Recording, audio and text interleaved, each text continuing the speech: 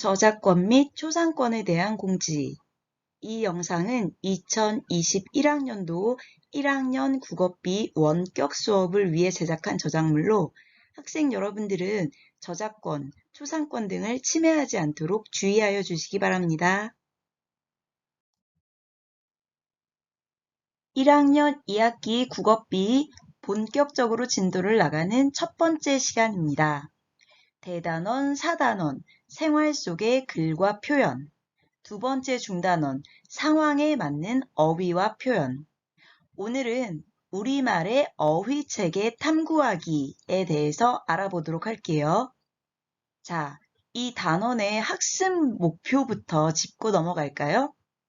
이 단원을 다 배우고 난 다음에 우리는 어떤 목표를 달성해야 될까요? 같이 읽어보겠습니다. 학습 목표. 어휘의 체계와 양상을 탐구하고 활용할 수 있다. 오늘은 양상은 살짝 밀어두고 어휘의 체계까지만 같이 탐구해 보도록 할게요. 앞서 선생님이 띄워놓은 YTN 뉴스 보도 영상은 꼼꼼하게 시청을 했나요? 우리가 우리 말을 아름답게 지켜나가기 위해 노력하며 살아가고 있는데 안타깝게도 여전히 일본어 잔재가 남아있다는 사실, 그리고 요즘 들어 외래어가 우리말에 범람하고 있다는, 넘쳐나고 있다는 그런 현실에 대한 보도였는데요. 선생님은 가장 충격적이었던 내용이 일상생활 속에서 그냥 흔하게 썼던 짬뽕이라는 음식 이름, 짬뽕이라는 말이 일본어의 잔재였다는 그런 보도 내용이 충격적으로 다가왔어요. 짬뽕을 비록 우리말로 순화해서 쓰긴 힘들겠지만 뉴스 보도에 소개가 된 대로 한자어 초마면으로 바꿔 사용해 보는 건 어떨까요? 자, 오늘은 이 보도 내용과 연결 지어서 우리가 쓰고 있는 단어들 중에 정말로 외래어가 넘쳐나고 있는지, 그리고 어떤 일본어 잔재 표현이 남아 있는지 한번 생각해 보도록 할게요. 교과서 186쪽, 187쪽으로 넘어와 주세요. 오늘은 필기를 하는 첫 번째 시간이기 때문에 마구잡이로 많은 내용을 진도를 나가진 않을 거고요. 딱 이 두 쪽만 아주 깔끔하게 짚고 넘어가 보도록 하겠습니다. 오늘 공부할 내용 핵심만 정리해 보도록 할게요.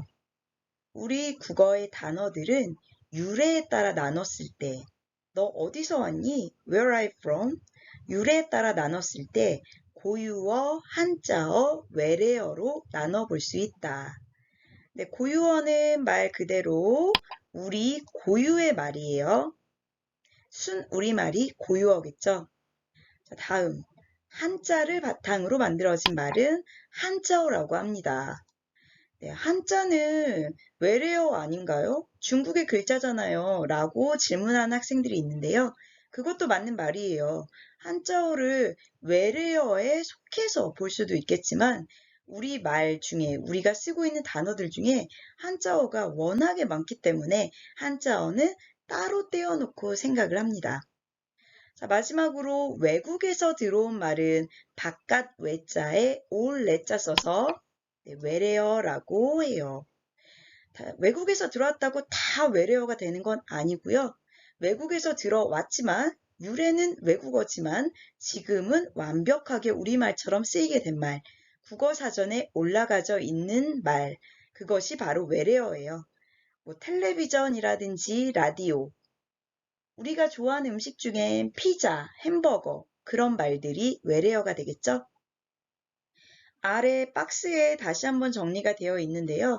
외래어는 우리말이에요. 우리말의 일부. 하지만 외국어는 다른 나라 말이지 우리말이 아니다. 외래어랑 외국어는 구분해야 된다. 라는 팁이 정리되어 있습니다. 헷갈리니까 다시 한번 보도록 할게요. 외래어.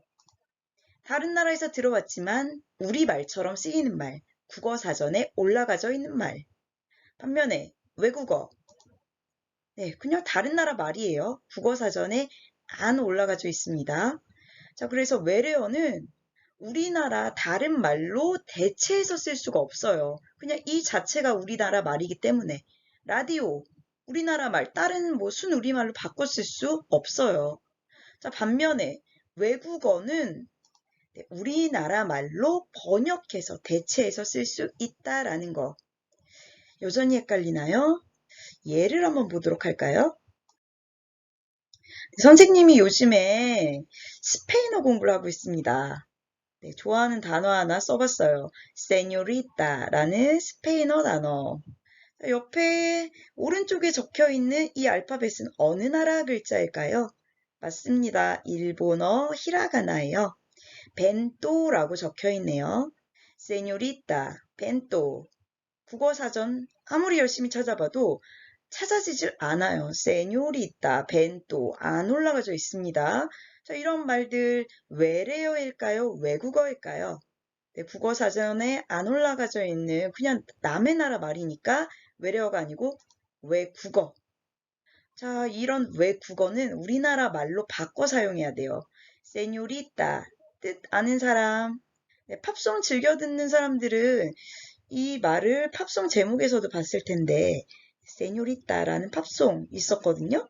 네, 아줌마가 아니고 아가씨라는 의미입니다. 자, 다음 벤또. 이거 옛 어르신들은 흔하게 쓰세요. 일제강점기를 사셨던 분들은 그냥 습관적으로 쓰시기도 하는데요. 야, 낮에 먹고 기운 내려면 벤또 챙겨가라. 네, 벤또. 우리나라 말로 대체하면 도시락입니다. 자, 이렇게 세뇨리따, 벤또 같이 우리나라 말로 바꿔 쓸 수 있는 이런 외국의 말은 외국어다. 외래어가 아니라는 거. 아까 일전에 공부했던 내용, 오늘의 학습 내용 전부니까 다시 한번 정리해 보도록 할게요. 한국 단어, 국어의 단어는 유래에 따라 세 가지로 나눠볼 수 있다.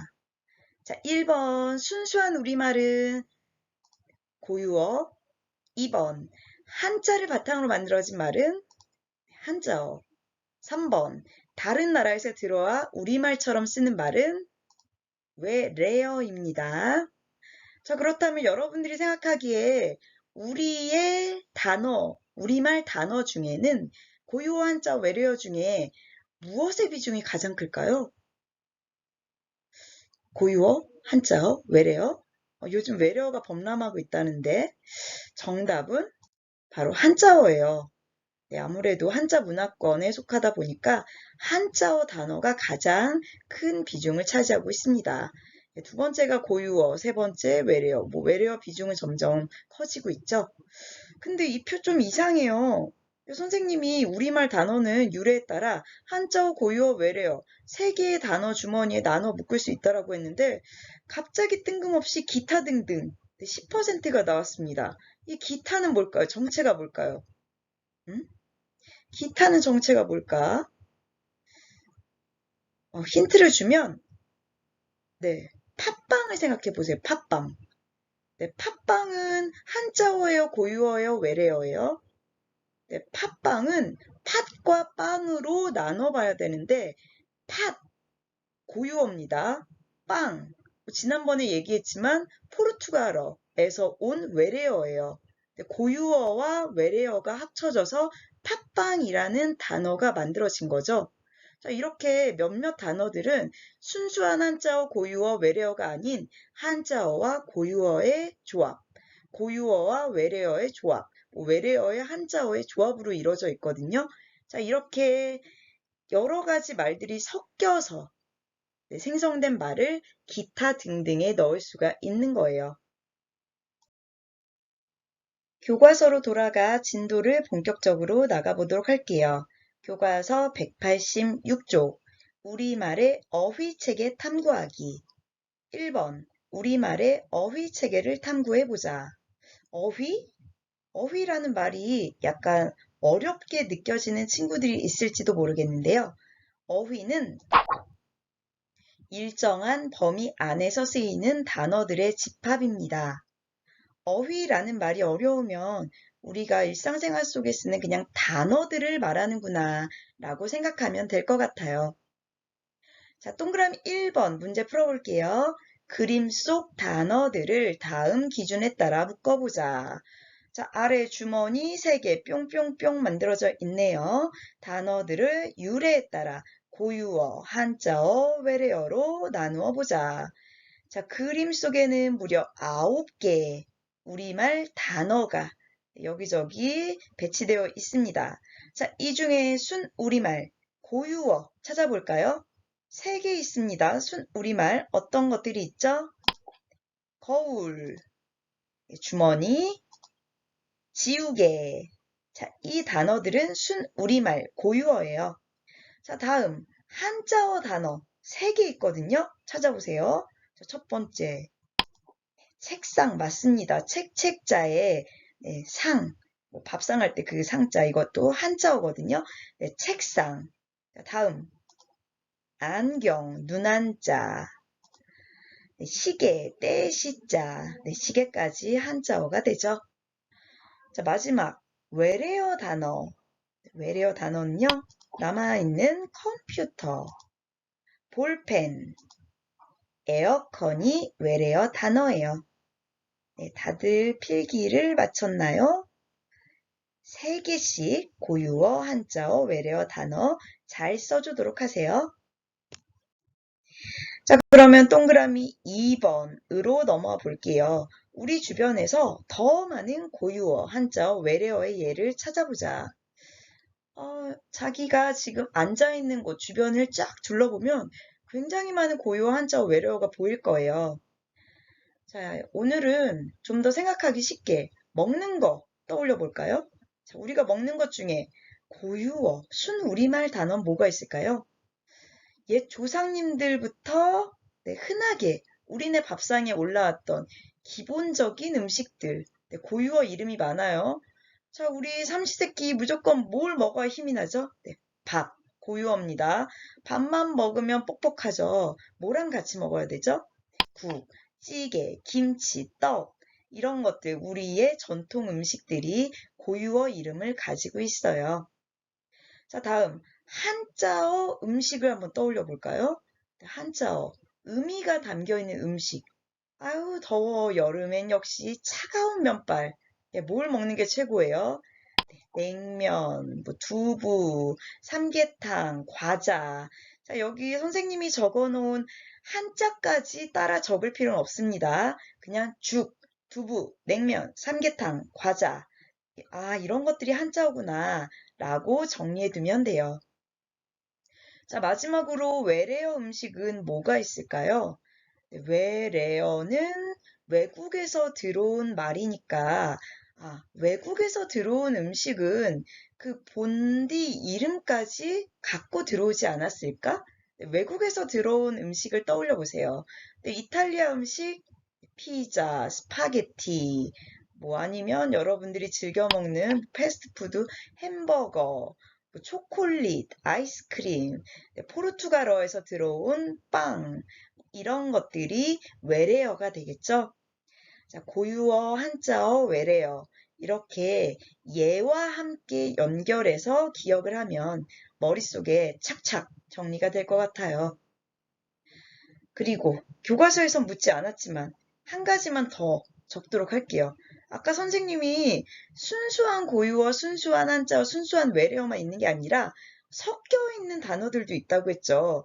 자, 이런 것들을 혼합어라고 해요. 혼합어의 예 적어볼게요. 대표적으로 현미밥. 현미는 거무련의 쌀미 한자어고요. 밥은 고유어, 한자어와 고유어가 섞여 있는 혼합어죠. 자, 다음 식빵, 먹을식이라는 한자어, 네, 빵이라는 외래어가 섞여 있는 혼합어입니다. 자, 우리가 쓰는 단어들은 이렇게 고유어, 한자어, 외래어, 그리고 혼합어로 나눠볼 수 있다는 거.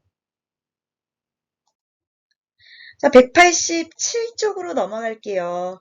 자, 2번 문제 고유어, 한자어, 외래어의 특성을 알아보자. 네, 특성. 자, 우리가 지하철을 타고 여행을 다니다 보면 순우리말로 지어진, 고유어로 지어진 역 이름을 만날 수가 있어요. 어떤 느낌을 주는지 한번 접해보도록 할까요? 자, 먼저 애오개역. 5호선에 있죠? 애오개역. 애오개, 애오개. 고개가 있긴 한데 애오개니까 고개가 클 것 같아요? 작을 것 같아요? 네, 뭔가 작은 고개 아니면 아이와 관련 있는 고개이지 않을까 그런 느낌적인 느낌이 오죠? 자, 또 다른 역, 물만골역이 있어요. 물만골. 네, 물이 많은 골짜기일까, 적은 골짜기일까? 네, 물이 넘치는 많은 골짜기일 것 같다라는 또 느낌적인 느낌이 오죠.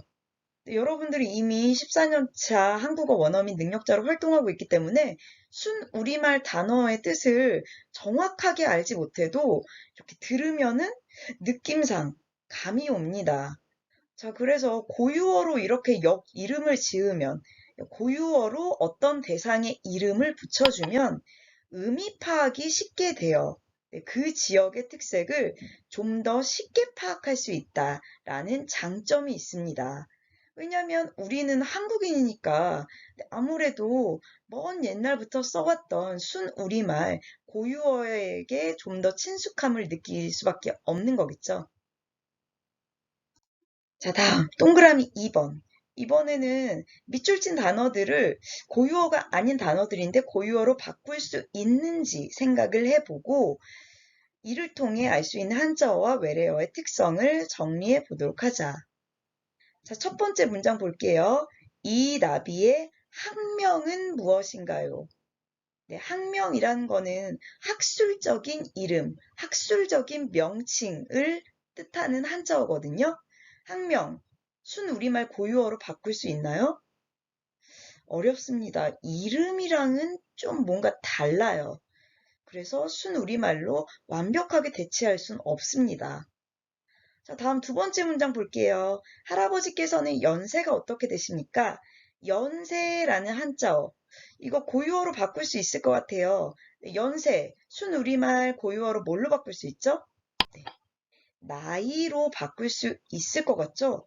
근데 우리가 생활 속에서 할아버지께 나이 어떻게 되세요? 라는 말은 잘 안 써요. 주로 우더른께는 연세, 그리고 뭐 친구라든지 아랫사람에게 나이라는 표현을 쓰죠. 자, 여기에서 알 수 있는 학명, 연세, 이 두 가지 한자어를 통해 알 수 있는 한자어의 특징은요. 한자어는 높임의 의미를 담고 있어요. 낮춤의 의미를 담고 있어요. 네, 높임의 의미, 그리고 뭔가 전문적인 의미를 나타내는 편이다. 네, 아무래도 우리나라가 조선시대까지 훈민정음 창제 이후에도 한동안은 한자를 좀 고귀한 언어로 쳐줬기 때문에, 글자로 쳐줬기 때문에 네, 이런 분위기가 지금까지도 남아있는 것 같네요. 약간은 씁쓸하네요. 자, 세 번째 문장 볼게요. 나는 오늘 아침에 늦잠을 자서 버스를 놓쳤다. 네, 버스라는 외래어. 이거 순우리말 고유어로 바꿀 수 있나요? 차? 예, 차도 한자어예요. 네, 순우리말, 뭐, 달구지? 네, 달구지랑 버스는 다른 의미죠. 네, 딱히 고유어로 바꿀 수가 없을 것 같습니다. 자, 여기에서 알 수 있는 버스라는 외래어를 통해 알 수 있는 외래어의 특징. 자, 외래어는 뭐 버스라든지, 뭐 아니면 텔레비전이라든지, 뭐 라디오라든지, 주로 외국에서 들어온 문물에 붙은 이름일 가능성이 높아요.